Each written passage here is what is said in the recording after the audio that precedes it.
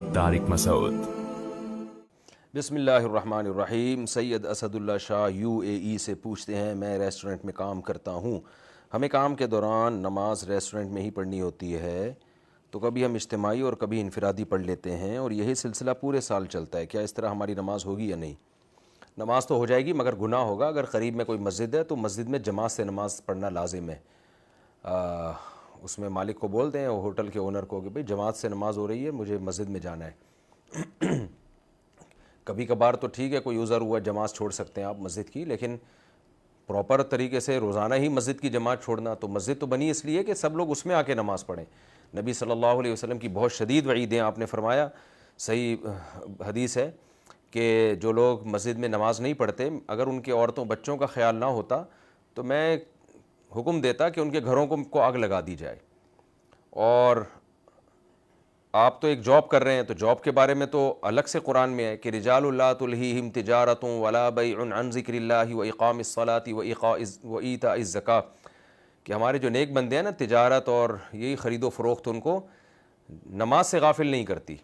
تو یہاں جماعت مسجد کی جماعت مراد ہے۔ تو آپ بھی تو ملازمت کر رہے ہیں، ایک جاب کر رہے ہیں، تو جاب کرنے والے کے لیے جائز نہیں ہے کہ مسجد کی جماعت چھوڑ دے۔ کبھی کبھار ہو گیا تو ٹھیک ہے، مجبوری ہو، لیکن پراپر وے میں اس طرح سے کرنا، یہ ایک بڑا آج کل ایک مسئلہ چل پڑا ہے۔ اسلامی ملکوں میں بھی لوگ قریب میں مسجد ہوتی ہے وہیں نماز پڑھ رہے ہوتے ہیں، اور سعودی عرب جیسے اسلامی ملک یا UAE جو خاص اسلامی، یعنی اسلامی اس سینس میں کہ مسلمانوں کے کنٹری تو ہیں، وہاں تو جگہ جگہ مسجدیں بھری ہوئی ہیں۔ تو اس لیے آپ ہمت کریں اور اپنے جو مالک ہے اس کو بتائیں کہ بھئی قریب میں مسجد ہے، مجھے وہاں جانے دو نماز پڑھنے کے لیے۔ باقی انفرادی پڑھیں یا وہیں جماعت کرائیں گے، نماز ہو جائے گی مگر جماعت چھوڑنے کا گناہ ہوگا۔ میر علی مراد صالح پٹ سے، یہ صالح پٹ جگہ کا نام ہے، خالی پٹ نام ہے، خیر۔ مفتی صاحب، فری فائر گیم کھیلنا کیسا ہے؟ کیا ہوتا ہے بھائی، اگر جوا وغیرہ نہیں ہے تو گیم کھیلنا جائز ہے، لیکن ٹائم ویسٹنگ ہے، شریعت میں پسندیدہ کام نہیں ہے۔ اور ویسے بھی گیم کھیل کھیل کے آپ کو پتہ ہے بہت سے لوگ پاگل ہو رہے ہیں، قتل و غارت ہو رہی ہے، اور دماغی توازن تو تھوڑا بہت کھسک ہی جاتا ہے، ورنہ ٹائم ویسٹنگ تو ہے ہی۔ تو کیوں ایسا کام کر رہے ہیں کہ جس کا نہ دین میں فائدہ نہ دنیا میں فائدہ؟ قرآن میں جو نیک لوگوں کی اللہ نے صفات بیان کی ہیں ان میں کیا والذین هم عن اللغو معرضون، کہ یہ لغویات سے اعراض کرتے ہیں۔ حسنین محمد رفیق کھڈا لیاری، کھڈو لیاری نہیں، کھڈا لیاری، کھڈا، اچھا یہ لیاری میں جو کھڈا ہے، کھڈا مارکیٹ۔ میرا سوال یہ ہے کہ کرکٹ یا کسی بھی کھیل کی شرٹ پر اپنا نام لکھوا سکتے ہیں، جیسے محمد یا عمر یا حسنین؟ جی لکھوا سکتے ہیں، کوئی حرج نہیں ہے۔ طیبہ راؤ کراچی سے پوچھتی ہیں، کیا اندھیرے میں نماز پڑھ سکتے ہیں اور کیا آنکھیں بند کر کے نماز پڑھ سکتے ہیں؟ اندھیرے میں نماز پڑھ سکتے ہیں مگر آنکھیں بند کر کے نماز پڑھنا خلاف سنت ہے۔ خلاف سنت ہونے کی وجہ سے کراہت ہے اس میں، کیونکہ نبی صلی اللہ علیہ وسلم سے ثابت نہیں ہے کہ آپ آنکھیں بند کر کے نماز پڑھتے تھے، اس لیے آنکھیں کھول کے نماز پڑھنی چاہیے۔ بہرحال کوئی بند کر کے پڑھ لے گا تو نماز ہو جائے گی۔ لاہور سے کسی نے پوچھا ہے، بیوی کے غصہ دلانے پر اگر شوہر اس سے یہ کہے کہ اگر اتنا مسئلہ ہے تو تم مجھے چھوڑ دو، اور یہ 3 بار ہو چکا ہو تو طلاق واقع ہو جائے گی یا نہیں؟ بھائی بیوی کو تو اگر شوہر یہ بھی کہہ دے کہ طلاق دے دو تو بھی نہیں ہوتی، تو جب تک طلاق کا، اگر ہاں یوں طلاق کا اختیار دینے کے لیے اس کو کہا کہ اپنے آپ کو طلاق دے دو، تو پھر بیوی طلاق دے گی تو ہو جائے گی، کیونکہ شوہر نے اختیار دے دیا ہے۔ لیکن یہ جو الفاظ ہیں کہ اگر اتنا مسئلہ ہے تو تم مجھے چھوڑ دو، تو بیوی تو شوہر کو نہیں چھوڑ سکتی شریعت میں، شوہر بیوی کو چھوڑ سکتا ہے۔ بیوی شوہر کو جب چھوڑ سکتی ہے جب بہت زیادہ بے تحاشا مارتا پیٹتا ہو، یا وہ بالکل ہی نامرد ہو، یا یہ کہ ضروری نان نفقہ بھی نہ دیتا ہو، تو پھر بیوی عدالت سے فسخ نکاح ختم کروا سکتی ہے۔ ادروائز اسلام میں شوہر بیوی کو چھوڑ سکتا ہے، بیوی نہیں چھوڑ سکتی، کیونکہ طلاق کا حق اللہ نے مردوں کو دیا ہے، خواتین کو نہیں دیا ہے۔ آج کل تو میں بار بار کہتا ہوں، یہ جو عدالتی خلا ہے نا، یہ کالعدم ہے، شریعت میں یہ نہیں ہے صحیح۔ لوگ خواتین جا کے عدالت سے خلا لے لیتی ہیں، شوہر صرف جج جو ہے نا اپنی بیوی کو طلاق دے سکتا ہے، دوسروں کی بیویوں کو نہیں دے سکتا۔ تو خیر، یہ آپ نے جو الفاظ کہیں اس سے کچھ بھی نہیں ہوا، اس سے طلاق واقع نہیں ہوگی۔ پاکستان سے کسی نے پوچھا ہے، آج میری ساس عدت سے نکل رہی ہیں اور کل سسرال میں قرآن خوانی رکھی ہے اور سب بھائیوں نے مل کر کھانا رکھا ہے، تو جانا ٹھیک ہے اور کھانا ٹھیک ہے؟ نہ جانا ٹھیک ہے نہ کھانا ٹھیک ہے، کیونکہ یہ اصال ثواب کے لیے قرآن خوانی رکھی ہے، تو اصال ثواب کے لیے قرآن خوانی جائز نہیں ہے، اسلاف سے ثابت نہیں ہے۔ تو جو انفرادی طور پر، جو اپنے طور پر قرآن پڑھ کے اس سال کر لے تو ٹھیک ہے، تو ٹھیک عمل نہیں ہے، اس سے اجتناب کریں، محبت سے سمجھا دیں ان کو، لڑیں بھڑیں نہیں۔ پاکستان سے کسی نے پوچھا ہے جمعہ مغرب تک ختم ہوتا ہے تو مغرب سے پہلے سورہ کہف پڑھ سکتے ہیں یا نہیں؟ کیا جمعے کی نماز سے پہلے ہی پڑھنا چاہیے؟ مغرب سے پہلے پڑھ سکتے ہیں، کوئی حرج نہیں ہے۔ ایک بوڑھی عورت، یہ کسی نے پوچھا ہے محمد افسر سہارنپور انڈیا سے، ہمارے وطن سے پوچھا ہے بھائی، ہمارے ماں باپ کے وطن سے، سہارنپور سے انڈیا سے پوچھا ہے۔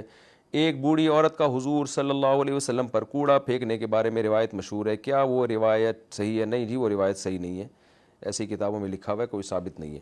باقی نبی کے اخلاق ایسے ہی تھے کہ آپ صلی اللہ علیہ وسلم بہت زیادہ برداشت کیا کرتے تھے، تو کوئی بھی لیڈر ہوتا ہے نا تو اس میں برداشت ہوتی ہے تو آگے کام چلتا ہے، برداشت نہیں ہوگی تو کام نہیں چلے گا۔ قرآن بھی بار بار مکی زندگی میں نبی کو حکم دیتا تھا فاعفوا واصفحوا، آپ ان کے ظلموں پہ صبر کریں اور نظر انداز کریں۔ حضرت عائشہ رضی اللہ تعالیٰ عنہ سے روایت ہے کہ نبی نے کبھی بھی اپنی ذات کے لیے انتقام نہیں لیا۔ جائز ہے اپنی ذات کے لیے انتقام لینا بھی، لیکن آپ نے کبھی اپنی ذات کے لیے انتقام نہیں لیا۔ ہاں، دین کے لیے آپ صلی اللہ علیہ وسلم نے انتقام لیا ہے، تو کہیں کوئی روایت ایسی ہے نا جس سے لگا اپنی ذات کے لیے انتقام لے رہے ہیں، تو اس کے پیچھے بھی اصل میں دین ہے، وہ دین کی وجہ سے انتقام لیا جا رہا ہے۔ عبد الغفور صاحب، نو شہر و فیروز، یہ کیا ہے؟ خیر،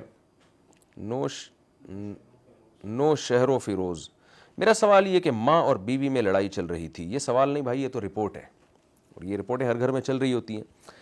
خیر، ماں بیوی کے خلاف باتیں بتائے اور بیوی ماں کے خلاف، تو بیچارے بندے کو کیا کرنا چاہیے؟ بھائی یہ کیا کرنا چاہیے؟ بل مسئول عنہا بأعلم من السائل، یہ ایسا سوال ہے کہ جس سے پوچھا جا رہا ہے نا، یعنی آپ مجھ سے پوچھ رہے ہیں تو جیسے آپ کو اس کا جواب معلوم نہیں ہے، مجھے بھی نہیں معلوم اس کا جواب، بس کچھ بھی نہیں کرنا چاہیے، جو سمجھ میں آئے اس وقت وہ آپ بھی لڑائی میں شامل ہو جائیں، بس تھوڑی دیر میں لڑ کے خود ہی ٹھیک ہو جائیں گے۔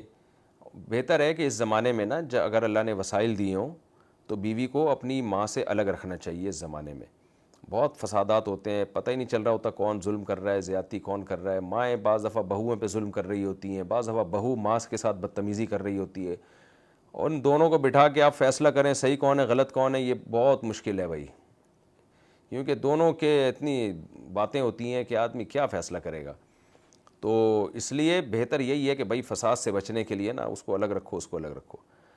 اور پھر جو آپ کی جو وائف ہے اس کی ماں بھی تو سپورٹ نہیں کر رہی ہوگی نا، وہ بھی بیوی اپنی بیٹی کو عام طور پہ ورغلا رہی ہوتی ہیں، گھر تباہ کرنے کی باتیں ہی کر رہی ہوتی ہیں کہ ساس کو نہ یوں کر کے جواب دینا، تو برداشت کسی میں ہے ہی نہیں، نہ برداشت سکھائی جا رہی ہے، تو پھر نتیجہ یہ نکلتا ہے طلاقیں ہوتی ہیں، ڈپریشن میں جاتے ہیں، نفسیاتی مریض بنتے ہیں۔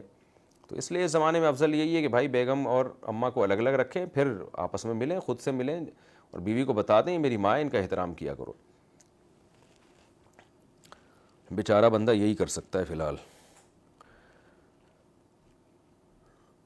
اگر آپ کو واضح غلطی لگ رہی ہے نا، واضح طور پر کہ ایک کی طرف سے غلطی ہے، تو اس کو تنبیہ بھی کریں۔ میرا مقصد یہ نہیں کہ 100% پتہ چل رہا ہو کہ ایک کی طرف سے ظلم اور زیادتی ہے، تو پھر اس کو سمجھانا چاہیے، اس کو بتانا چاہیے کہ آپ غلط ہیں اس میں۔ انڈیا سے کسی نے پوچھا ہے میری شادی کو 2 سال ہو گئے ہیں لیکن میری اولاد نہیں ہے، میرے شوہر کہتے ہیں کہ تیرے میں کمی ہے، اس وجہ سے اولاد نہیں ہوتی، بہت زیادہ گالیاں بھی دیتے ہیں، روز جھگڑتے ہیں، بولتے ہیں کہ طلاق دے دوں گا، میں کیا کروں سمجھ میں نہیں آتا۔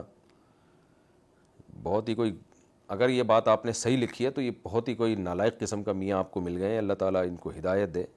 خیر ہم تو آپ کو یہی کہیں گے گھر بسائیں آپ، لیکن یہ بعض مرد ایسا کر رہے ہوتے ہیں، اولاد نہیں ہوتی تو بیوی کو تانے دیتے ہیں، یہ ان میں اور گدھے میں کوئی فرق نہیں ہے، کیونکہ اس کا کسی سے کیا تعلق ہے بھائی، کوئی اس میں کسی کا کیا قصور ہے؟ اگر بالفرض کوئی بیماری بھی ہے بیوی کو، تو اس میں بیوی نے جان کر تھوڑی وہ بیماری کی ہے۔ بعض لوگ کیا کہتے ہیں بیوی بانجھ ہوتی ہے، اولاد نہیں ہوتی، اس کو تانے دے رہے ہوتے ہیں، تو منحوس ہے تیری وجہ سے، ایک تو بیچاری کا اولاد نہیں ہو رہی، اس کی آپ اپنی بیٹیوں کا سوچو، آپ کی بیٹی کو سسرال میں اس طرح کے تانے ملیں، تو ہدایت کی دعا ہی کر سکتا ہوں میں، اور کیا ہے۔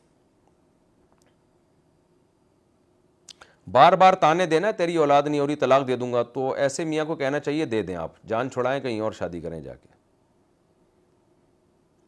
بعض اوقات غصے میں کہہ دیتا ہے آدمی، تو نارملی بھی اگر کہہ رہا ہوں نا کہ تیرے اولاد نہیں ہو رہی تو یوں ہے، میں طلاق دے دوں گا، تو ان کو بولا بھائی دے جان چھڑا یار، تو چپکنا نہیں چاہیے ایسے فضول آدمی کے ساتھ۔ منصور صاحب گجرانوالہ سے پوچھتے ہیں، یہ ایک جو جنرلی میں نے قاعدہ بتایا کہ ایسے آدمی کے ساتھ چپکنا نہیں چاہیے، باقی کسی کو کوئی مجبوری ہو تو وہ پھر وہاں کے علماء سے یا کوئی جو بھی لوگ ہیں جو صحیح گائیڈ کر سکتے ہیں ان سے اپنے ذاتی حالات بتا کے مشورہ لے لیں، ایسا نہ ہو کہ اس سے بھی جائیں اور دوبارہ بھی کوئی بندہ نہ مل رہا ہو، تو بعض دفعہ یہ بھی مسائل ہوتے ہیں۔ منصور صاحب گجرانوالہ سے پوچھتے ہیں، کہیں کسی بیان میں سنا ہے کہ حضور صلی اللہ علیہ وسلم نے ناپاکی کی حالت میں فجر کی نماز پڑھا دی تھی، بعد میں یاد آیا تو دوبارہ غسل فرما کے دوبارہ نماز پڑھائی، برائے مہربانی وضاحت فرما دیں۔ پڑھائی نہیں تھی، آپ پڑھانے لگے تھے۔ صحیح بخاری کی حدیث ہے کہ آپ صلی اللہ علیہ وسلم نماز پڑھانے کے لیے آئے فجر کی، تو اقامت ہوئی تو آپ نے فرمایا کہ یا ایھا الناس انما انا بشر مثلکم انسا کما تنسون، اے لوگوں میں تمہاری طرح کا انسان ہوں، جیسے تم بھولتے ہو تو میں بھی بھول جاتا ہوں۔ تو بات یہ ہے کہ مجھ پہ غسل فرض ہے، میں غسل کرنا بھول گیا۔ صحابہ انتظار میں رہے، آپ صلی اللہ علیہ وسلم گھر تشریف لے گئے حجرے میں، اور آپ نے غسل کیا اور آپ کے بالوں سے پانی ٹپک رہا تھا، اور آپ صلی اللہ علیہ وسلم نے آ کے نماز پڑھائی، تو نماز پڑھانے سے پہلے آپ کو یاد آ گیا۔ پاکستان سے کسی نے پوچھا ہے، کیا بیڈ پر کھانا کھانے سے رزق تنگ ہو جاتا ہے؟ میرے شوہر اور بچے بیڈ پر کھانا کھاتے ہیں، برائے مہربانی جواب عنایت فرمائیں۔ نہیں بھائی، کیوں رزق تنگ ہوگا؟ بیڈ تنگ ہو جائے گا جب اتنے سارے لوگ بیڈ پہ بیٹھیں گے تو بیڈ چھوٹا پڑ جائے گا۔ ویسے آج کل گھروں میں اتنے سارے لوگ ہوتے ہی نہیں، ایک میاں بیوی اور ایک آدھ بچہ ہوتا ہے، تو بڑی فیملیوں میں ایسا ہو سکتا ہے، کوئی تنگ نہیں ہوتا، لیکن اتنی بات ہے کہ گدے پہ بیٹھ کے کھانے میں آدمی دھستا ہے، کمفرٹیبل نہیں ہوتا۔ زمین پہ کھانے میں سب سے زیادہ کمفرٹیبل ہوتا ہے انسان، تو آرام دہ ہوتا ہے، لیکن بہرحال جائز ہے، کوئی رزق کی تنگی کا اس سے کوئی تعلق نہیں ہے۔ سید اشد اللہ صاح یو اے سے، میں ریسٹورنٹ میں کیشیئر ہوں، میں کبھی کبھار کاؤنٹر پر قرآن کی تلاوت لگاتا ہوں، کچھ لوگ مجھے منع کرتے ہیں کہ اس طرح تلاوت لگانے سے قرآن پاک کی بے حرمتی ہوتی ہے، کیونکہ لوگ غور سے نہیں سنتے، لوگ اپنے گپ شپ میں لگے رہتے ہیں، تو ایسی صورت میں مجھے کیا کرنا چاہیے؟ دیکھیں، قرآن کی تلاوت اگر آپ لگاتے ہیں اپنے سننے کے لیے جائز ہے، کوئی حرج نہیں ہے اس میں، باقی لوگوں پہ سننا ایسی صورت میں واجب نہیں ہے۔ قرآن سننا جب واجب ہے، جو قرآن کی آیت ہے نا، اذا قرئ القرآن فاستمعوا لہ، کہ جب قرآن کی تلاوت کی جائے تو غور سے سنو، تو یہ وہ اس کا موقع حدیث سے ہمیں پتہ چلتا ہے، مختلف روایات جو اسلاف سے ملتی ہیں اس سے پتہ چلتا ہے کہ اس سے وہ تلاوت مراد ہے جو باقاعدہ لوگوں کو سنانے کے لیے کوئی مجلس، تلاوت کی مجلس ہو، جیسے نماز میں امام پڑھتا ہے سنانے کے لیے، خطبے میں امام پڑھتا ہے سنانے کے لیے، تو وہاں واجب خاموش رہنا واجب ہے، یا قاری کو باقاعدہ بلوایا جائے کہ آپ قرآن پڑھیں، یعنی ہم تاکہ یعنی سنانے کے لیے پڑھیں تاکہ ہم سنیں، تو پھر ایسی صورت میں واجب ہوگا سننا۔ لیکن ایسے ہی کہیں قرآن کی تلاوت لگی ہوئی ہے، کسی نے اپنے لیے لگائی ہوئی ہے یا کوئی اپنے طور پہ تلاوت کر رہا ہے، تو پھر اس کو سننا واجب نہیں ہے، اس میں تو بہت زیادہ حرج ہے۔ تو یہ بنیت اسماع جو پڑھا جائے گا تو اس میں تو سماعت واجب ہوگی، جو بنیت اسماع کا معنی سنانا، تو بنیت اسماع نہیں ہے تو پھر اس میں واجب نہیں ہے۔ لیکن پھر بھی اگر میرا خیال ہے کہ نہ لگائیں تلاوت، لوگ اپنے کاموں میں مشغول ہوتے ہیں، اور ایک طرح سے مجھے لگتا ہے کہ یہ بے ادبی ہے، تو ادب کا تعلق تو ذوق سے بھی ہوتا ہے نا، تو اس لیے بہتر یہی ہے کہ آپ نہ لگائیں اس موقع پر۔ تو اچھا بھائی، گھر بنائے اور اپنے اہل خانہ بیوی اور بچوں کے ساتھ وہاں قیام کرے، والد زندہ ہوں اور ان کی مرضی سے گھر بنا ہو، کچھ عرصے بعد یا 10 سال کے بعد اس کے والد کا انتقال ہو جائے، اس کے والد کا انتقال وراثت کی تقسیم کیے بغیر ہو۔ اب میں جاننا چاہتا ہوں کہ جو گھر اس کے بیٹے نے بنایا ہے، اس گھر کے بارے میں کیا مسئلہ ہے؟ اس کو وراثت میں شامل کیا جائے گا یا یہ گھر وراثت سے خارج ہو جائے گا؟ یہ بہت زیادہ پوچھا جانے والا سوال ہے کہ زمین ابا کی تھی، گھر اس پہ بیٹے نے بنا دیا۔ تو دیکھیں، زمین جس کی ہوتی ہے نا، جب آپ اس کی زمین پر کچھ بھی کنسٹرکشن کا کام کرتے ہیں، بلڈنگ یا گھر بناتے ہیں، تو اس کی شرعی حیثیت یا فقہی تکیف یہ ہوتی ہے کہ آپ نے اس کی زمین بطور عاریت لی ہے، استعمال کے لیے لی ہے۔ جیسے آپ کسی کی سائیکل لے لیتے ہیں استعمال کے لیے، موٹر سائیکل لے لیتے ہیں، گاڑی لے لیتے ہیں، تو ایسی زمین بھی لے لیتے ہیں، یار اپنی زمین ذرا مجھے دے دو ادھار، میں اس پہ گھر بنانا چاہتا ہوں، تو ابا نے اپنا پلاٹ دے دیا، بیٹے نے گھر بنا لیا۔ اب عاریت کے طور پہ جو چیز دی جاتی ہے تو اس میں شریعت میں جس نے بطور عاریت کے کوئی چیز دی ہے اس کو ہر وقت حق ہے کہ وہ واپس لے لے۔ مثال کے طور پر آپ نے کسی سے گاڑی لی چلانے کے لیے کہ مجھے استعمال کے لیے چاہیے، تو گاڑی کے مالک کو ہر وقت حق ہے بھائی فون کر کے واپس لے لے آپ سے۔ اب گاڑی جس نے دی تھی اس نے 10 سال کا ایگریمنٹ کیا، تو یہ ایگریمنٹ بھی لازم نہیں ہے، وہ عاریت ہے نا، اس نے کوئی آپس میں عقد معاوضہ تھوڑی ہوا ہے، تو اگلے دن گاڑی واپس لے لے، بھائی میری چیز ہے، میں نے 10 سال کے لیے دی تھی لیکن مجھے ابھی کام ہے، وہی واپس کرو۔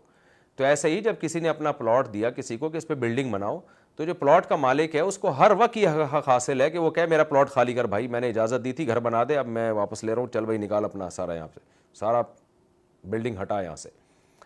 تو پھر یہ مجبور ہوگا اپنا پلاٹ اپنا مکان اور کنسٹرکشن وہاں سے ہٹانے پر۔ تو اصل مسئلہ تو یہی ہے۔ اب ابا کو بھی زندگی میں یہ حق تھا کہ وہ بولتے بیٹا یہ سب یہاں سے ہٹا دے یا یہ مجھے بیچ دے، اور اب ابا کے جانے کے بعد وارثین کو یہ حق حاصل ہے کہ وہ آپ سے یہ کہہ سکتے ہیں کہ بھائی ہمارا پلاٹ خالی کرو، ہم نے اس پہ اپنی مرضی کا مکان بنانا ہے یا اس کو بیچ کے وراثت تقسیم کرنی ہے، اپنا سارا ملبہ یہاں سے ہٹاؤ، یہ جو تم نے مکان بنایا یہ سارا یہاں سے ہٹاؤ۔ تو شرعاً یہ جائز ہے، لیکن ظاہر ہے ہر جائز کام کرنے کا نہیں ہوتا۔ جس بیٹے نے یہ مکان بنایا اس کا اچھا خاصا نقصان ہے اس میں، تو اخلاقیات کا تقاضا یہ ہے کہ وارثین یہ کر دیں کہ بولیں کہ بھائی یہ پلاٹ تو ہمارا ہے، اور اوپر مکان جو ہے یہ تم نے چونکہ بنایا ہے تو ہم نہیں کہہ رہے کہ تم ہٹا دو یہاں سے، تمہیں نقصان ہوگا، لاکھوں روپے تمہارے پھک گئے اس میں، تم بھی ہمارے بھائی ہو، تو بیچ کی راہ کوئی اختیار کر لیتے ہیں۔ تو بیچ کی راہ یہ ہے کہ وہ جو وارثین ہے نا وہ کیا کریں کہ جو اوپر مکان بنا ہے تو ایک قیمت لگوائیں، یہ دیکھیں کہ یہ مکان کے ساتھ اس پلاٹ کی کتنی قیمت ہے، اور اگر یہ مکان نہ بنا ہوتا تو پلاٹ کی کتنی قیمت ہوتی۔ مثال کے طور پر پلاٹ ہے 1 کروڑ کا، مکان بننے کے بعد وہ ہو گیا 1.5 کروڑ کا، تو بولے بھائی اس پلاٹ کی قیمت میں اضافہ ہوا ہے تو اس تمہاری اس تعمیر کی وجہ سے 50 لاکھ، تو ہم اس مکان کو بیچتے ہیں 50 لاکھ اس میں تمہارے، 1 کروڑ میں ہم وراثت تقسیم کر لیں گے۔ یہ بھی ایک طریقہ ہو سکتا ہے۔ دوسرا اس سے بھی آسان طریقہ یہ ہو سکتا ہے کہ وارث مل کے اس بھائی کو جس نے جو مکان بنایا ہے اس کو بولیں کہ یار دیکھو ہمیں تو یہ حق حاصل ہے کہ ہم بولیں کہ یہ سارا ہٹا دو یہاں سے، تو تمہیں ہٹانا پڑے گا، لیکن ہم تمہیں نقصان نہیں پہنچانا چاہتے، تم ایسا کرو اس ملبے کی قیمت لگاؤ، یعنی اس کنسٹرکشن کی قیمت لگاؤ، تو ہم تمہیں اس کی مناسب قیمت دے دیں گے اور یہ جو ہے وراثت میں شامل کر لیں گے۔ تو کوئی بھی آپس میں بارگیننگ کے ذریعے قیمت لگائی جائے۔ اور آخری صورت یہ ہے کہ بھائی جتنا تمہارا کنسٹرکشن پہ خرچہ ہوا ہے نا تو وہ خرچہ ہم سے لے لو، اور یہ مکان جو اوپر تم نے بنایا یہ بھی وراثت میں ہم شامل کر لیتے ہیں۔ تو یہ ٹوٹلی پورے پلاٹ اور مکان سمیت جو ہے بکے گا، اور جتنے کا بھی بکے گا اس میں وارثوں کا حصہ ملے گا جس میں تمہارا بھی ہوگا، اور تمہیں نقصان سے بچنے کے لیے ہم یہ کرتے ہیں جتنا پیسہ تمہارا لگا یہ پکڑو۔ تو ان 3 صورتوں میں سے کسی بھی صورت پہ اگر وارث آمادہ نہ ہو جس نے مکان بنایا تو پھر آخری حل یہی ہے کہ ٹھیک ہے بھائی یہ ہٹاؤ یہاں سے اپنا سارا سامان، یہ ان کو یہ حق حاصل ہے۔ انڈیا سے کسی نے پوچھا ہے کیا ایک وقت میں 4 سے زیادہ بیویاں رکھنا حرام ہے؟ جی ہاں حرام ہے، نکاح ہوگا ہی نہیں۔ 4 سے زیادہ بیویاں کسی نے رکھی تو صرف یہ نہیں کہ گناہ نہیں ہوگا بلکہ وہ 5ویں بیوی نہیں کہلائے گی، وہ زنا کہلائے گا۔ تو 4 ایک ٹائم پہ 4 سے زیادہ نہیں رکھ سکتے۔ ذاکر حسین صاحب بنگلہ دیش سے پوچھتے ہیں یہاں بنگلہ دیش میں 18 سال سے کم عمر لڑکی کی شادی ممنوع ہے، تو کیا 18 سال عمر کا جعلی ڈاکومنٹ بنا کر شادی کی جا سکتی ہے؟ جی کی جا سکتی ہے، کیونکہ شریعت میں جائز ہے 18 سال سے پہلے شادی بھی۔ تو باپ کو بعض دفعہ خطرے ہوتے ہیں کہ وہ اگر 18 سال تک انتظار کرے بچی بگڑ بھی سکتی ہے، بعض دفعہ پہلے اچھا رشتہ آیا ہوا ہوتا ہے، اگر ٹائم پہ وہ رشتہ آپ نے ریجیکٹ کر دیا تو بعد میں پھر ایسا رشتہ نہیں آتا۔ تو جو نصوص ہیں جن میں اللہ تعالیٰ نے، ایک جج صاحب سے میری بات چیت ہوئی، انہوں نے کہا کہ بھئی یہ 18 سال سے پہلے شادی فرض تو نہیں ہے نا، جائز ہی ہے نا، تو اگر حکومت قانون بنا دے کسی حکمت سے تو حکومت کے قانون کو فالو کرنا بھی تو واجب ہے۔ تو یہ خوب سمجھ لیں یہاں مغالطہ ہوتا ہے، حکومت کے قانون کو فالو کرنا واجب ہے جن چیزوں کا نظم سے انتظام سے تعلق ہے، جہاں شریعت نے صاف لفظوں میں کسی چیز کی اجازت دی ہو تو وہاں پر حکومت کے قانون کا مطلب یہ ہوتا ہے کہ آپ شریعت کے اگینسٹ جا رہے ہیں، یعنی اللہ نے تو اجازت دے دی ہے۔ اس کی مثال ایسے جیسے 4 شادیوں پر بھی تو پابندی ہے، یورپ میں، امریکہ میں اور خود پاکستان میں بھی پہلی بیوی کی اجازت کے بغیر آپ دوسری شادی نہیں کر سکتے، لیکن کسی مفتی سے بھی آپ پوچھیں گے وہ بولیں گے بھائی شریعت میں جائز ہے۔ تو اگر کوئی اس میں قانون کو فالو نہ کرے تو بالکل بھی گناہ گار نہیں ہوئی، وہ قانون غلط ہے، اللہ کے اگینسٹ ہے، خدا کے خلاف اگینسٹ ہے۔ تو قرآن میں صاف طور پر اللہ نے اجازت دی ہے، اس میں عمر کی کوئی قید نہیں لگائی ہے۔ تو اس لیے اگر کوئی باپ سمجھتا ہے کہ میری بیٹی کا مناسب رشتہ آیا ہوا ہے اور میں نے 18 سال تک انتظار کیا تو بچی کو نقصان ہو سکتا ہے، تو پھر وہ جو ہے کر سکتا ہے شادی۔ تو اس میں اگر کوئی ایسا آئی ڈی کارڈ وغیرہ غلط بناتا ہے تو جھوٹ بولنے کا جو حکومت کو گناہ ملے گا کہ لوگوں کو جھوٹ پر مجبور کیوں کر رہی ہے، یعنی حکومت گناہ گار ہوگی، اس لیے کہ اپنا جائز حق لینے کے لیے، یہ جائز حق ہے۔ حکومت جو پابندی لگا رہی ہے کہ وہ گناہ وہ غلط کر رہی ہے. زاہد صاحب دبئی سے پوچھتے ہیں 2011 میں میرے والد کا انتقال ہو گیا تھا. میری 3 سوتیلی بہنیں اور 1 سوتیلی والدہ ہیں. اچھا یہ جو کم عمر بچی کی شادی کا پوچھا ہے نا, کہ میں نے کہا جائز ہے کارڈ بنوانا, اس پر ہو سکتا ہے ہمارے لبرل سیکولر لوگوں کو بڑے اشکالات ہوں کہ مفتی صاحب جعلی کارڈ بنانے کی اجازت دے رہے ہیں. وہ جعلی کارڈ بنانے کی اجازت نہیں دے رہے, ہم بچی کے نکاح کی اجازت دے رہے ہیں کہ اگر 18 سال سے کم عمر میں بچی اور باپ چاہتے ہیں کہ شادی ہو جائے تو اس کو ان کا یہ رائٹ ہے. تو جعلی کارڈ تو آپ اس کو مجبور کر رہے ہیں. اس کی مثال ایسے جیسے گورنمنٹ اگر قانون بنا دے کہ 25 سال سے پہلے شادی کی اجازت نہیں ہے, بالفرض کچھ بھی بنا دے, یا شادی کی اجازت ہی نہیں ہے سرے سے, تو کیا پھر فیک ڈاکومنٹ بنانے کی اجازت نہیں ہوگی؟ کیونکہ آپ کیسے انسانوں کا بنیادی حق ان سے چھین سکتے ہیں؟ کوئی بالکل ہی لبرل گورنمنٹ آ جائے اور کیا اجازت ہی نہیں ہے جی شادی کی, گرل فرینڈ بوائے فرینڈ کی طرح رہو, یا 25 سال سے پہلے شادی نہیں کر سکتے, تو کیا ہم لوگوں کو 25 سال تک انتظار کرنے کا کہیں گے؟ 25 سال تک وہ کیا کریں گے؟ اپنی شہوت پہ کیسے کنٹرول کریں گے؟ وہ تو زنا اور بدکاریوں کی طرف جائیں گے. تو جو سیکولر اور لبرل حکومتیں ان کو اسلام کا اور زنا ان چیزوں سے تو ان کو کوئی لینا دینا ہی نہیں ہے, یہ تو یورپ سے متاثر ہیں. تو انسان کے جو بنیادی حقوق ہیں اس میں یہ بھی ہے, ایک بنیادی حق ہے کہ جب بھوک لگ رہی ہو تو کھانا کھانے سے اس کو کوئی روک نہیں سکتا. تو اسی طرح جب بالغ ہو گیا تو شادی سے اس کو کوئی بھی نہیں روک سکتا, نہ گورنمنٹ روک سکتی ہے, بلکہ باپ بھی نہیں روک سکتا اس کو, بیٹی کو باپ بھی نہیں روک سکتا اگر وہ شادی کرنا چاہ رہی ہے. تو جب باپ نہیں روک سکتا تو گورنمنٹ کہاں سے روک سکتی ہے بھائی؟ تو اس لیے بنیادی حق ہے. اس میں یہ کارڈ وارڈ یہ سب ٹوپی ڈرامے جو ہے نا, یہ سب فضول گورنمنٹ کی باتیں ہوتی ہیں. تو ہم جعلی کارڈ بنانے کی اجازت نہیں دے رہے, ہم اس موقع پہ اجازت دے رہے ہیں کہ بھائی گورنمنٹ آپ کو روک نہیں سکتی ہے نکاح سے, یہ آپ کا بنیادی حق ہے. تو اس میں 18 سال کی قید لگا دینا یہ قرآن کی نصوص کے بالکل خلاف ہے. ہاں یہ ضرور ہے کہ جہاں ظلم ہو رہا ہو بچیوں پہ, بعض علاقے ایسے ہیں چھوٹی چھوٹی عمر کی بچیوں کی شادیاں 90 سال 80 سال کے بوڑھوں سے کر دیتے ہیں یا بیچ دیتے ہیں اپنی بیٹیاں. تو جہاں کہیں ایسا ہو رہا ہو وہاں گورنمنٹ یہ قانون بنا سکتی ہے کہ بھئی اگر کوئی 18 سال سے کم عمر بچی کی شادی کر رہا ہے تو وہ یہ جو ہے نا, اگر اس نے کوئی ایسا کام کیا کہ بچی کے کفو کا خیال نہ کیا, اس کے جوڑ اور ہم پلہ ہونے کا خیال نہ کیا, بلکہ کہیں ثابت ہو گیا, کمپلین آ گئی اس کے خلاف کہ یہ پیسے لے کے اپنی بچی کو بیچ رہا ہے, یا بہت زیادہ عمر کے آدمی سے اس کی شادی کر رہا ہے اور اس میں بچی کا مفاد نہیں ہے, بچی کو نقصان ہے اس میں, تو پھر ایسی صورت میں پنشمنٹ ہو سکتی ہے. بلکہ وہ جو ہے وہ اس میں جو بھی قانون بنانا چاہے بنا سکتی ہے. لیکن اللہ اطلاق پابندی لگا دینا کہ کوئی بھی 18 سال سے پہلے شادی نہیں کر سکتا, یہ بالکل قرآن و سنت کی نصوص کے خلاف ہے, اور اس کی قانون کی اسلام میں کوئی 2 ٹکے کی ویلیو نہیں ہے. اچھا بھائی, ذاکر حسین بنگلہ دیش سے پوچھتے ہیں, یہاں بنگلہ دیش یہ ہو گیا بھائی. زاہد صاحب دبئی سے پوچھتے ہیں 2011 میں میرے والد کا انتقال ہو گیا تھا. میری 3 سوتیلی بہنیں اور 1 سوتیلی والدہ ہیں. اچھا یہ جو بنگلہ دیش سے جنہوں نے پوچھا ہے نا یہ کم عمر بچی کی شادی کے بارے میں, ان کا ایک اور سجیشن ہے کہ بھئی آپ بچی کی شادی کر دیں, رجسٹر نہ کریں نکاح. اس میں کیا جا رہا ہے؟ اسلام میں کوئی نکاح رجسٹریشن ضروری تھوڑی ہے. رجسٹریشن جب 18 سال کی ہو جائے گی اس وقت کرا لینا, اس وقت کی ڈیٹ ڈال کے. تو آپ کو کارڈ بنانے کی کیا ضرورت ہے؟ تو یہ بھی ایک آپشن ہے آپ کے پاس. جیسے یورپ میں لوگ جب دوسری شادی کرتے ہیں تو اس نکاح کو رجسٹر نہیں کرتے, تو یہاں بھی بہت بیوی اجازت نہیں دے رہی ہوتی تو لوگ رجسٹر نہیں کرتے اس نکاح کو. تو گو کہ اس میں بڑے مسائل ہیں, لیکن جب اجازت دے تو پھر رجسٹر کروا لیں اس کو. ویسے رجسٹر تو ہو جاتا ہے لیکن بیوی کا خطرہ ہوتا ہے کہ کیس نہ کر دے آپ کے خلاف. تو اس لیے یہ بھی ایک آپشن ہے کہ نکاح پہلے کر لیں اور رجسٹریشن بعد میں کر دیے گا اس کی. یو کے سے, اچھا یہ زاہد صاحب دبئی سے پوچھتے ہیں 2011 میں میرے والد کا انتقال ہو گیا تھا. میری 3 سوتیلی بہنیں اور 1 سوتیلی والدہ ہیں. الحمدللہ میری بہنیں مجھ سے خوش ہیں, میں ان کا بہت خیال کرتا ہوں. مجھے اپنی ان سوتیلی بہنوں سے محبت ہے. ماشاءاللہ جی. میرے اخراجات بہت بڑھتے جا رہے ہیں. میرا سوال یہ ہے کہ کیا میں اپنی زکوٰۃ یا زکوٰۃ کی کچھ رقم اپنی سوتیلی والدہ یا ان سوتیلی بہنوں کو دے سکتا ہوں؟ جی بالکل دے سکتے ہیں. سگی بہنوں کو دے سکتے ہیں تو سوتیلی کو کیوں نہیں دے سکتے؟ البتہ سگی والدہ کو زکوٰۃ نہیں دے سکتے, البتہ سوتیلی والدہ کو زکوٰۃ دے سکتے ہیں. یو کے سے کسی نے پوچھا ہے, میں یو کے میں اسٹوڈنٹ ہوں اور ہمیں ویزا اس شرط پر ملتا ہے کہ ہمیں قانونی طور پر ہفتے میں 20 گھنٹے کام کرنے کی اجازت ہے, لیکن اسٹوڈنٹس یہاں کیش ان ہینڈ جابز کرتے ہیں جو کہ غیر قانونی ہے. تو کیا کوئی ایسی جاب کر رہا ہو تو اس سے ملنے والی رقم حلال ہوگی یا حرام؟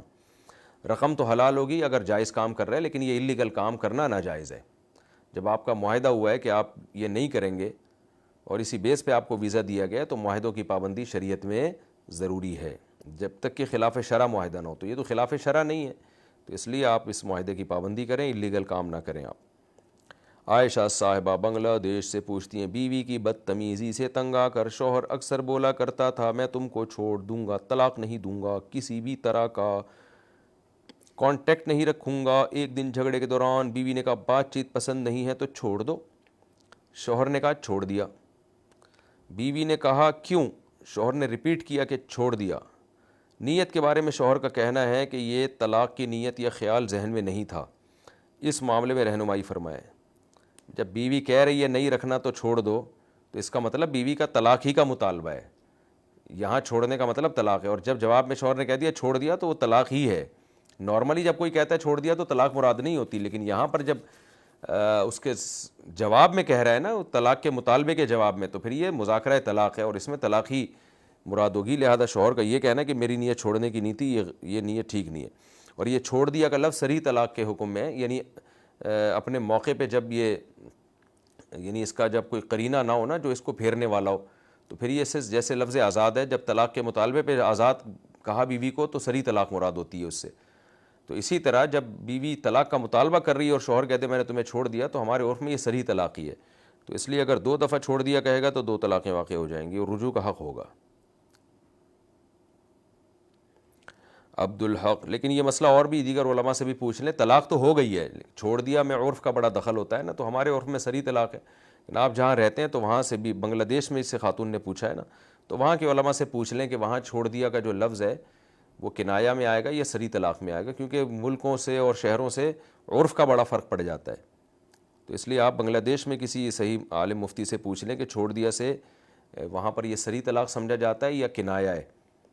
تو اگر صحیح طلاق ہے تو پھر 2 طلاقیں رجی واقع ہو گئی ہیں, اور اگر کنایہ ہے تو پھر 1 طلاق بائن واقع ہو گئی ہے. اب کوئی ممکن ہے کسی عالم کو اشکال ہو کہ جب صریح طلاق ہے تو اس میں نیت کی ضرورت کیوں ہے. تو دیکھیں یہ چھوڑ دیا کا لفظ صریح طلاق تو ہے, لیکن اپنے موقع پہ صریح. اگر واضح قرینہ ہو کہ شوہر کی نیت چھوڑ دیا سے طلاق کی نہیں تھی تو پھر طلاق واقع نہیں ہوگی. جیسے لفظ آزاد ہے, ویسے ہی بیٹھے بیٹھے کوئی بیوی کو آزاد کہہ دے تو طلاق واقع نہیں ہوتی. لیکن جب کیونکہ اس میں بہت سارے قرائن ہوتے ہیں کہ آزاد سے کہ طلاق کے علاوہ کوئی اور مراد ہے, لیکن جب کچھ بھی مراد نہ ہو تو پھر آزاد کا لفظ بھی ہمارے ہاں طلاقی کے معنی میں استعمال ہوتا ہے. تو یہاں بھی چھوڑ دیا بھی ایسے ہی ہے. لیکن بنگلہ دیش سے پوچھا, میں نے آپ سے عرض کیا کہ وہاں کا عرف کا مجھے نہیں پورا پتہ, تو اس لیے آپ وہاں کے علماء سے پوچھ لیں, وہ بتا دیں گے کنایہ ہے یا صریح میں آتی ہے یہ. عبدالحق صاحب میرپور خاص پاکستان سے پوچھتے ہیں کیا قرآن حفظ کرنا ضروری ہے؟ اگر کوئی بچہ حفظ نہیں کرنا چاہتا تو اسے زبردستی حفظ کروانا ٹھیک ہے. میں حفظ نہیں کرنا چاہتا مگر میرے والدین زبردستی مجھے حفظ کروا رہے ہیں, اور جب میں نے والد سے کہا میں حفظ نہیں کرنا چاہتا تو مجھے کہا کہ اگر یہاں حفظ نہیں کرو گے تو رہائشی مدرسے میں داخل کرا دوں گا. برائے مہربانی جواب عنایت فرمائیں. دیکھیں ضروری تو نہیں ہے, لازم بھی نہیں ہے, اور ماں باپ زبردستی بھی بچوں پہ نہیں کر سکتے بچے پہ اس معاملے میں. لیکن بات یہ ہے کہ بعض دفعہ ماں باپ اس لیے زبردستی کر رہے ہوتے ہیں, ان کو پتہ ہوتا ہے یہ ذہین ہے, حافظہ اس کا تیز ہے, بس شرارتوں میں اس کا دل زیادہ لگ رہا ہے اس لیے حفظ نہیں کر رہا. تو وہ بچے ہی کے فائدے کے لیے تھوڑا سا اس پہ دباؤ ڈال رہے ہوتے ہیں. تو بچے کو ایسے موقع پہ باغی نہیں بننا چاہیے, ابا اماں کی بات پہ غور کر لینا چاہیے اور حفظ کر لینا چاہیے, فائدہ ہوگا. تو آپ کے فائدے کے لیے ہی کر رہے ہیں نا وہ.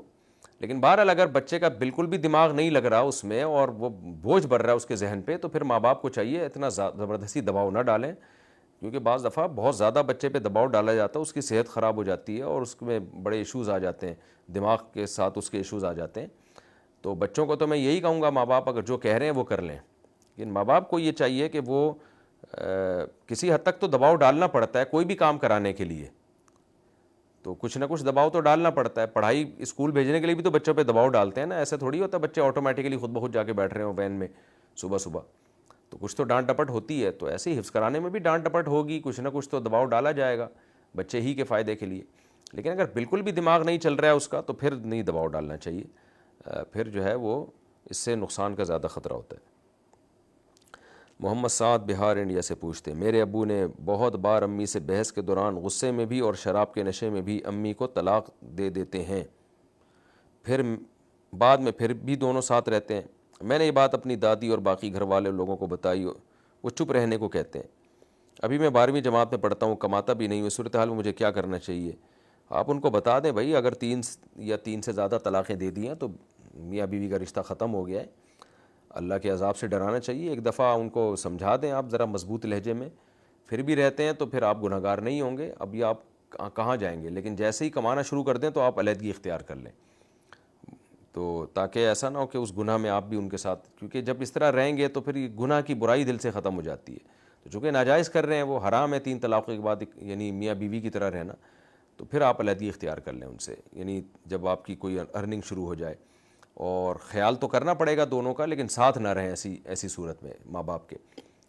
البتہ اگر ماں باپ آپ کے بوڑھے ہیں، ایجڈ ہو چکے ہیں، ان کا میاں بیوی والا کوئی ریلیشن آپس میں رہا ہی نہیں ہے، تو پھر ایسی بڑھاپے میں طلاق کے بعد بھی ان کے لیے اکٹھے رہنے کی گنجائش ہے. لیکن والدہ کو چاہیے کہ پھر وہ اسکاف کم از کم ابا کے سامنے لیا کریں.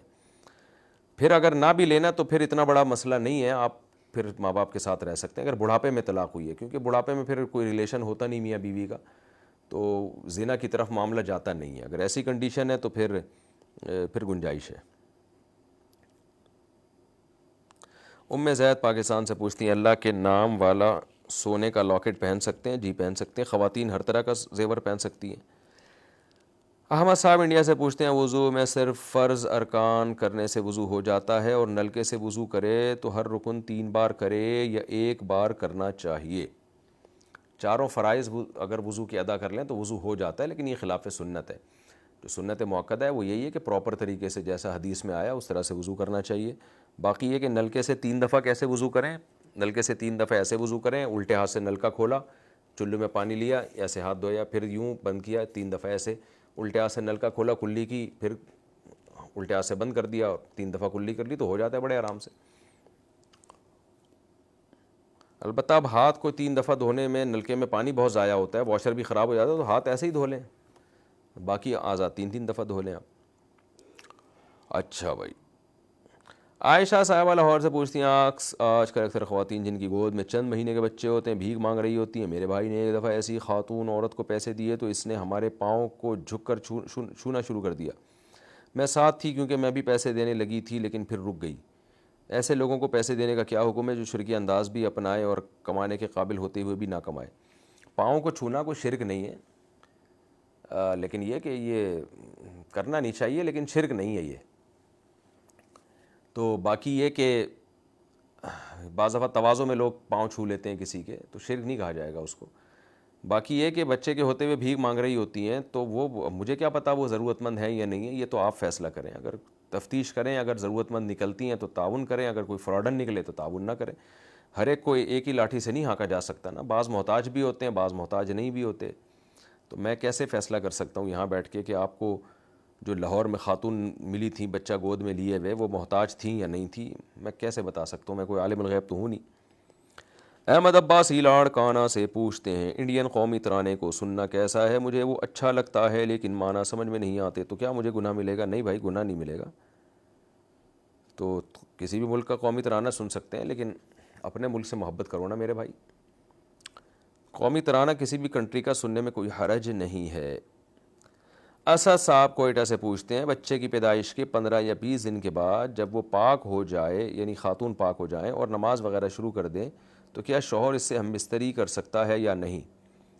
دیکھو اگر پہلا بچہ پیدا ہوا ہے نا، تو پھر جب عورت کو بلیڈنگ رک جائے، نفاس کا خون جب رک جائے گا، چاہے 5 دن میں، 10 دن میں، 20 دن میں، جیسے ہی رک جائے، عورت کو غالب گمان ہو کہ خون رک گیا ہے، غسل کر کے نماز شروع کر دے، تو شوہر کے لیے اس سے ہم بستری کرنا بھی جائز ہے. لیکن اگر عورت کے دوسرا بچہ ہے تو پھر یہ وہ دیکھے گی پہلے بچے میں کتنے دن تک بلیڈنگ ہوئی تھی. مثال کے طور پر پہلے بچے میں بلیڈنگ ہوئی تھی 30 دن، اب 15 دن میں آ کے رک گئی ہے، تو چونکہ عادت اس کی 30 دن کی کہلائے گی، تو اس لیے نماز تو یہ شروع کر دے گی، لیکن شوہر اس کے قریب نہیں جا سکتا، یعنی ہم بستری نہیں کر سکتا، کیونکہ امکان موجود ہے کہ پچھلے دن جب پچھلی دفعہ 30 دن خون آیا تھا تو اس دفعہ پورا امکان ہے کہ بھئی ہو سکتا ہے یہ وقتی طور پہ رکی ہے، دوبارہ بلیڈنگ شروع ہو جائے. تو نماز میں تو احتیاط پہلے پہلو کو ترجیح دی جائے گی، وہ یہی ہے کہ نماز پڑھنا شروع کر دے، اور ہم بستری میں احتیاط یہ ہے کہ مرد اس سے اجتناب کرے. تو پہلا بچہ ہے تو جب بلیڈنگ رکے گی نماز بھی شروع کریں، اور شوہر سے جو ریلیشن ہے وہ بھی جائز ہو جاتا ہے. لیکن اگر دوسرا بچہ ہے تو پہلے بچے میں جتنے دن بلیڈنگ ہوئی تھی اتنے دن تک انتظار کرنا پڑے گا، شوہر جو ہے نا اس سے پہلے قریب نہیں آ سکتا. عبداللہ صاحب گھوٹ کی پاکستان سے پوچھتے ہیں، میں ایک شخص کے ساتھ بطور کمپیوٹر آپریٹر ایک سرکاری دفتر میں پرائیویٹ طور پر کام کرتا ہوں۔ ہاں، کیونکہ ان کے پاس صرف ایک کمپیوٹر آپریٹر ہے جو کام کا بوجھ نہیں سنبھال سکتا، اس لیے انہوں نے مجھے نوکری پر رکھا ہے۔ آفس میں بہت سے لوگ ہیں جو نہیں جانتے کہ ایم ایس آفس میں انگلش میں لیٹر کیسے ٹائپ کرتے ہیں۔ میں ان کے لیے لیٹر ٹائپ کرتا ہوں، اور جس کے ماتحت میں کام کر رہا ہوں وہ اس سے ان کا چارج لیتا ہے۔ کیا میری آمدن حلال ہے؟ اگر میں جس شخص کے ساتھ کام کر رہا ہوں وہ ایک دستاویز پر دستخط کر کے اس پر مہر لگا کر رشوت لے کہ میری تنخواہ شامل کر دے، تو کیا میری آمدن حرام ہوگی؟ میں آپ کے جواب کا انتظار کر رہا ہوں۔ اس کے لیے رشوت لینا جائز نہیں، لیکن آپ کی آمدن حلال ہے، کیونکہ آپ جائز سروس دے کے لوگوں سے اس کا معاوضہ لے رہے ہیں۔ اس سے نہیں کام ہو رہا تو آپ اس کے ساتھ تعاون کر کے لے لیتے ہیں، لیکن اس بیس پہ کوئی دوسرے سے رشوت لے کہ مجھے چونکہ آگے کسی سے ٹائپ کروانا ہے تو اس کے پیسے بھی تم دو، یہ ناجائز ہے۔ تو اس کے لیے تو رشوت لینا ناجائز ہوگا، آپ کے لیے اپنا معاوضہ لینا جائز ہوگا۔ انڈیا سے کسی نے پوچھا ہے، ہمارے ہندو دوست وغیرہ دیوالی میں مٹھائی وغیرہ دکان سے خرید کر ہمارے گھر پہنچاتے ہیں، کیا ایسی مٹھائی کھا سکتے ہیں یا ایک دوسرے کے شادی بیاہ وغیرہ میں بھی جاتے ہیں، کھانا وغیرہ بھی کھاتے ہیں؟ دیکھیں، ہندو کی شادی بیاہ وغیرہ میں جا کے کھانا کھانا تو ٹھیک ہے، لیکن جو ان کی دیوالی کی مٹھائی ہے وہ جائز نہیں ہے، کیونکہ کسی بھی قوم کی جو مذہبی رسومات ہیں ان میں کسی بھی قسم کی شرکت ہمارے لیے جائز نہیں ہے۔ تو ان کی مذہبی رسوم میں آپ ان کے دیوالی اور مٹھائی نہ کھائیں آپ۔ باقی ان کی دعوت ہوتی ہے شادی بیاہ، اس میں اگر گناہ نہ ہو رہے ہوں، ناچ گانے نہ ہو رہے ہوں، تو اس میں جا سکتے ہیں اور کھا بھی سکتے ہیں۔ پھر جناب سید اسد اللہ شاہ صاحب نے یو اے سے پوچھا، ایک سوال کے جواب میں نے آپ کو یہ کہتے ہوئے سنا تھا کہ نلکے کے نیچے وضو کے لیے ایک بار ہاتھ دھونے سے 3 بار دھل جاتے ہیں، اور کیا ہاتھوں کو ایک بار ملنا کافی ہوگا یا 3 بار ملنا ضروری ہے؟ اور وضو کے دوران بازو اور پاؤں کے لیے کیا حکم ہے؟ کیا بازو اور پاؤں پر بھی ایک بار دھونے سے 3 بار دھل جاتے ہیں یا الگ الگ 3 بار پانی ڈالنا پڑے گا؟ دیکھیں، جو ہے نا اس میں وضو بازو میں تو 3 دفعہ دھویا جا سکتا ہے بڑے آرام سے، ایسے دونوں چلے میں پانی لیں اور یوں کر کے دھوئیں، تو بازو میں تو 3 دفعہ اس طرح سے دھونے ہی سے سنت ادا ہوگی۔ لیکن اگر کوئی ایسے بھی نلکے کے نیچے رکھ لیتا ہے اور اتنا پانی بہہ جائے جتنا 3 دفعہ میں بہہ جاتا ہے تو بھی ٹھیک ہے، لیکن افضل یہی ہے کہ 3 دفعہ الگ الگ پانی لے کے وہ ڈالے۔